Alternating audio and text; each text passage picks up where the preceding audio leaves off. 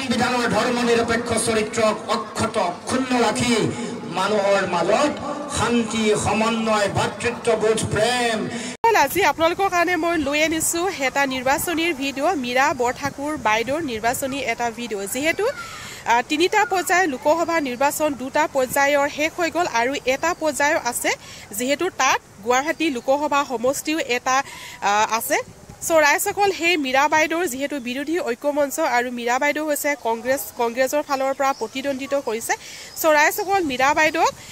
support কৰিবৰ কাৰণে লুইনজ্যোতি গগৈ আহি গৈছে আৰু লুইনজ্যোতি গগৈ বুলি ক'লে আপোনালোকে কোনো পৰিচয় দিয়াৰ আৰু কোনো প্ৰয়োজন নাই যেহেতু ডিব্ৰুগড় লোকসভা সমষ্টিক খলকনি সৃষ্টি কৰা হিমন্ত বিশ্ব শৰ্মাক ভয় খাই গৈছিল লুইনজ্যোতি গগৈ সো সেয়েহে লুইনজ্যোতি গগৈ বিৰোধী হৈছিলে সৰ্বানন্দ সোণোৱাল আৰু সৰ্বানন্দ সোণোৱালকো টক্কৰ দি সৰ্বানন্দ সোণোৱালৰ চকুত থৈ কথা ক'ব পৰা সৰ্বানন্দ সোণোৱালৰ বিষয়ে উদান্ত ভাষণ দিব পৰা লুইনজ্যোতি গগৈ এবাৰ আহি গৈছে গুৱাহাটী লোকসভা সমষ্টিৰ যি প্ৰাৰ্থী মীৰা বাইদেউ সেই মীৰা বাইদেউক সাপোৰ্ট কৰিবৰ কাৰণে আহি গৈছে সো ৰাইজসকল আজি মই সেই মীৰা বাইদেউৰ নিৰ্বাচনী সভাৰ এটা ভিডিঅ' যিটো ভিডিঅ'ত লুইনজ্যোতি গগৈ উদান্ত ভাষণ দিছে আৰু বহুত কথা কৈছে আৰু ইমানে সাহস আৰু এই ভিডিঅ'টো চালে আপোনালোকে নিশ্চয় ধৰিব পাৰিব যে লুইনজ্যোতি গগৈ কিমান এজন সাহসী যুৱক নেতা সো ৰাইজসকল মই বেছি পলম নকৰোঁ ভিডিঅ'টো আপোনালোকৰ মাজলৈ আগবঢ়াই দিছোঁ আৰু ভিডিঅ'টো চালে আপোনালোকে সম্পূৰ্ণ বুজি পাব তেন্তে আহক ৰাইজসকল ভিডিঅ'টো আপোনালোকৰ মাজলৈ আগবঢ়াই দিছোঁ আশীৰ্বাদ বিচাৰিছোঁ দোৱা বিচাৰিছোঁ যাতে অসমৰ কাৰণে অসমৰ মানুহৰ কাৰণে যাতে সদায় ভাল কাম কৰি থাকিব পাৰোঁ অসমৰ কাৰণে যাতে সদায় যুঁজি থাকিব পাৰোঁ তাৰ কাৰণে সকলোৰে আশীৰ্বাদ দোৱা মই প্ৰথমে কামনা কৰিছোঁ বিহুৰ শুভেচ্ছা জনাইছোঁ সকলোকে ঈদৰো আন্তৰিক শুভেচ্ছা জ্ঞাপন কৰিছোঁ দেৰিকৈ হ'লেও আশা ৰাখিছোঁ অসমৰ মানুহৰ মাজলৈ শান্তি সমন্বয় আৰু সম্প্ৰীতিৰ বতৰা কঢ়িয়াই আনিব বিজেপিয়ে যি সাম্প্ৰদায়িক পৰিৱেশ সৃষ্টি কৰিছে আমাৰ মানুহৰ মাজত ভেদাভেদ ঘৃণা সংকীৰ্ণতাৰ বিষবাষ্প বিয়পাই আমাৰ সমাজ ভাঙিছে এই পৰিৱেশ নাইকিয়া হৈ নবহাগে আৰম্ভ কৰা এই নতুন বছৰত যাতে আমাৰ সমাজ সুন্দৰ হয় আমাৰ সমাজত যাতে সমন্বয় ঘূৰি আহে আমি যাতে সকলোৱে একেলগে আগবাঢ়িব পাৰোঁ অসমৰ সকলো প্ৰান্ততে শংকৰ আৰু আজানৰ যি আদৰ্শ শংকৰ আৰু আজানৰ যি চিন্তা সেই চিন্তা চাৰিওফালে যাতে বিয়পি পৰে তাৰ কাৰণে সকলোকে মই আহ্বান জনাইছোঁ আমি সকলোৱে জানো আমাৰ যিসকল সাংসদ লোকসভালৈ যায় সেইসকল সাংসদৰ তেওঁলোকৰ শক্তি থকা দৰকাৰ তেওঁলোকৰ মুখৰ মাত থকা দৰকাৰ যুঁজিব পৰা শক্তি থকা দৰকাৰ কিন্তু আমি দেখিছোঁ যে আগৰ যিসকল এম পি ইয়াৰ পৰা পঠাইছে যোৱা বিগত সময়ছোৱাত যিসকল এম পি আছিল সেইসকল এম পিয়ে সেইসকল সাংসদে আমাৰ গুৱাহাটী লোকসভা সমষ্টি বা সামগ্ৰিকভাৱে অসমৰ হৈ একো মাত মাতিব নোৱাৰিলে যেতিয়া আমালৈ অন্যায় জাতিক যেতিয়া অন্যায় কৰিছে তেতিয়াও মনে মনে আছে যেতিয়া কাহ জাপি দিলে নাগৰিকত্ব সংশোধনী আইন কাহ যেতিয়া জাপি দিলে তেতিয়া আমাৰ যিসকল প্ৰতিনিধি লোকসভাত আছিল তেওঁলোকে মনে মনে থাকিলে মনে মনে থাকি তেওঁলোকে কাৰ পক্ষত ভোট দিলে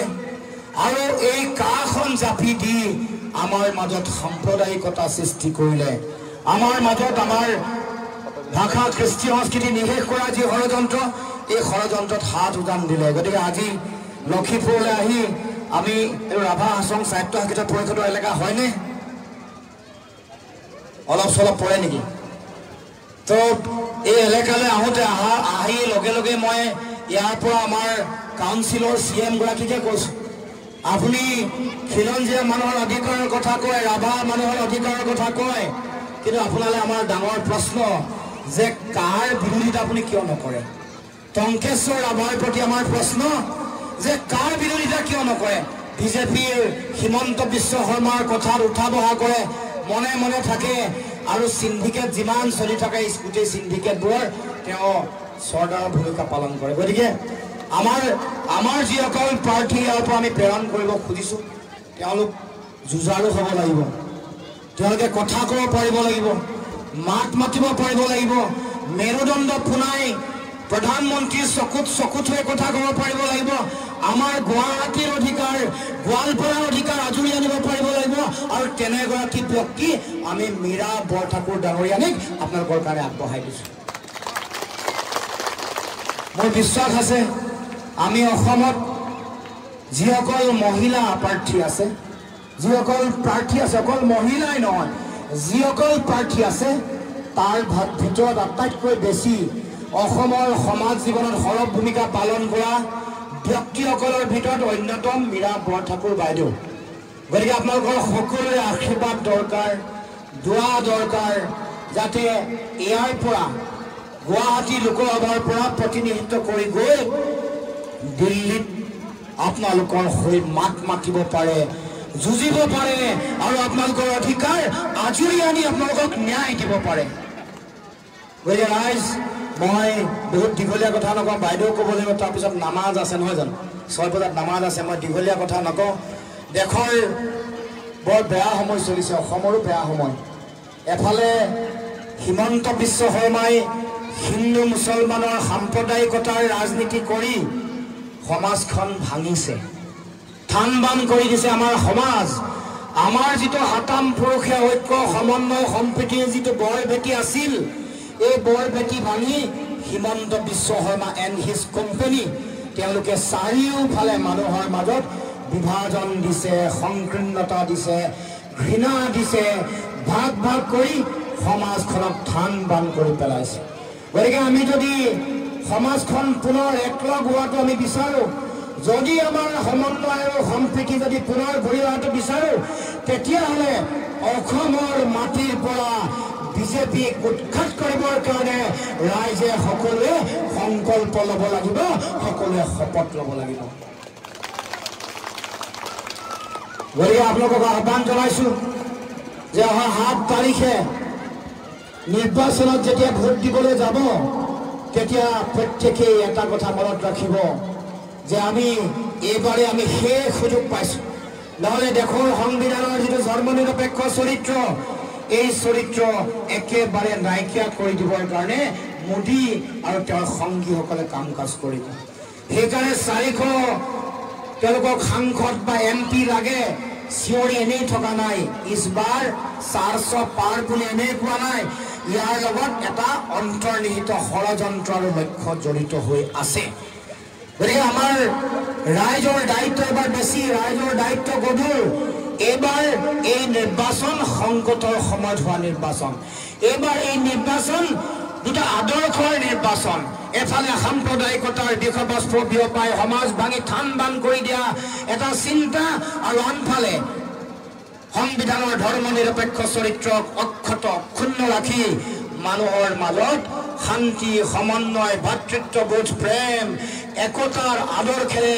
সমাজক এক কৰা সমাজক গঢ়ি তোলাৰ এটা চিন্তা সেই আদৰ্শৰ যুদ্ধ বা যুঁজ সেইকাৰণে বৰাক ব্ৰহ্মপুত্ৰ উজনি নামনি পাহাৰ ভৈয়াম সকলোকে একাকাৰ কৰি আমি চাৰিওফালে গৈ এটাই বাৰ্তা দিছোঁ ৰাইজ এইবাৰ সিদ্ধান্ত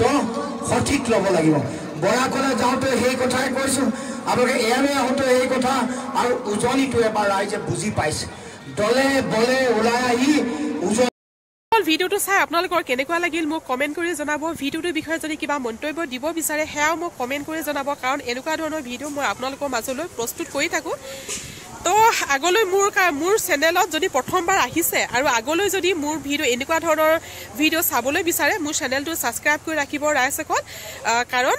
এনেকুৱা ধৰণৰ ভিডিঅ' মই আপোনালোকৰ মাজলৈ প্ৰস্তুত কৰি থাকোঁ তো ঠিক আছে ৰাইজসকল আজি ভিডিঅ'টো মই ইয়াতে সামৰণি মাৰিছোঁ আপোনালোকক লগ পাম মোৰ আহিবলগীয়া এটা নতুন ভিডিঅ'ত আজিলৈ বাই বাই